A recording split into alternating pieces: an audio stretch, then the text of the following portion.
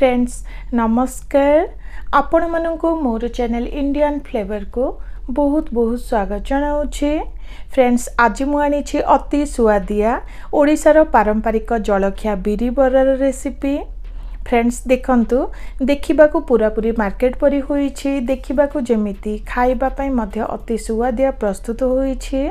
पिलांको ठारू बड़ जाए समस्त को पसंद आसीबो। देखंतु एही बिरी बरा को ऊपर टिके क्रिस्पी भितरे टिके कौलिया लगुछे। आशा करुछि आज ही रेसिपीटी पसंद आसीबो। जदि भल लगे गोटे लाइक करिदेबे। नुआ थिले आगु को नुआ नुआ वीडियो पाई चैनल को सब्सक्राइब करने को भूलिबे नहीं। तो डेरी न करी चलंतु आज ही रेसिपीटी को स्टार्ट करिबा।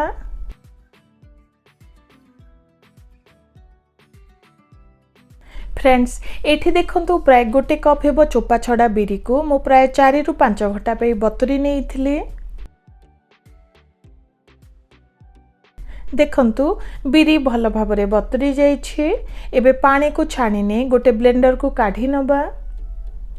टिके काठुआ थिले ही बरा हमर सुंदर प्रस्तुत हेबो। तो सबु बेले काठुआ करी बाटी नेबे।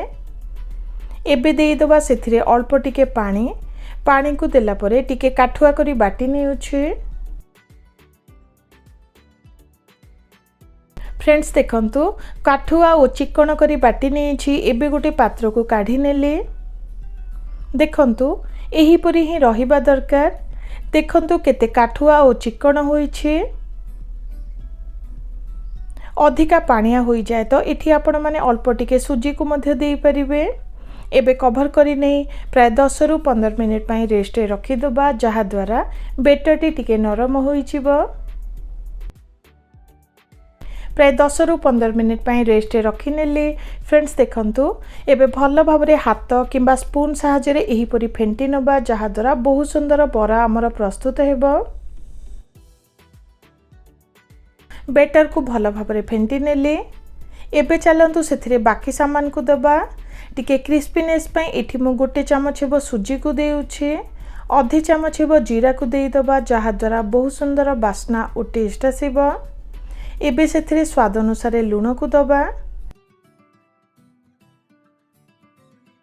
एठी देखंतु अल्प टिके अदा को छेची नेछि ताकू देई दबा। ता सहित अल्प टिके कंचा लंका को छोटिया छोटिया खंडरे काटी नेछि ताकू देई दबा। सुंदर बास्ना और टेस्ट पाई एठी मु किछि भृसंग पत्र को मध्य देउछि। शेषरे सेथिरे पियाज को दबा। एठी मु गोटे मीडियम साइज पियाज को एही परी काटी नेछि ताकू देई दबा। एबे भल भाबरे हाथ रे एही परी मिसाई नेउछि।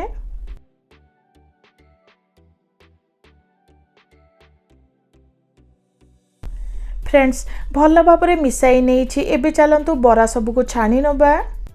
फ्रेंड्स एठी गोटे गिन्नारे हल्का टिके तेल को लगाई बेटर को देई देली। एबे हाथ रे एही परी होल टिए बनाई गोटे गोटे करी तेल रे देई दबा। टिके बादामी और क्रिस्पी हेला जाए उभय साइड को भल भाबरे भाजी नेउछि। देखंतु गोटे साइड हल्का टिके रंग चेंज हे आसिलानी। एबे ओलोटाई नबा, जहा द्वारा उभय साइड भल भाबरे भाजी परिबो। फ्रेंड्स किछि समय परे देखंतु बरा सबुर रंग चेंज हे आसिलानी। आउ टिके क्रिस्पी हेला जाए छाणी नबा। देखंतु बरा सब क्रिस्पी लागुछि और बादामी लागुछि। अधिका भाजीबार किछि दरकार नुहे।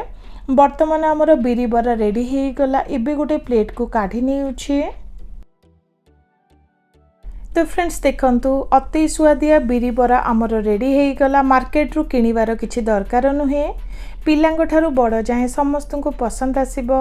देखंतु एही बिरी बरा को आशा करुछि आज ही रेसिपीटी आपण मानकु पसंद आसीबो। जदि भल लगे गोटे लाइक करि देबे। नुआ थांती तो आगु को नुआ नुआ वीडियो देखिबा पई चैनल को सब्सक्राइब करबा को भूलिबे नहीं। रहुछि नमस्कार।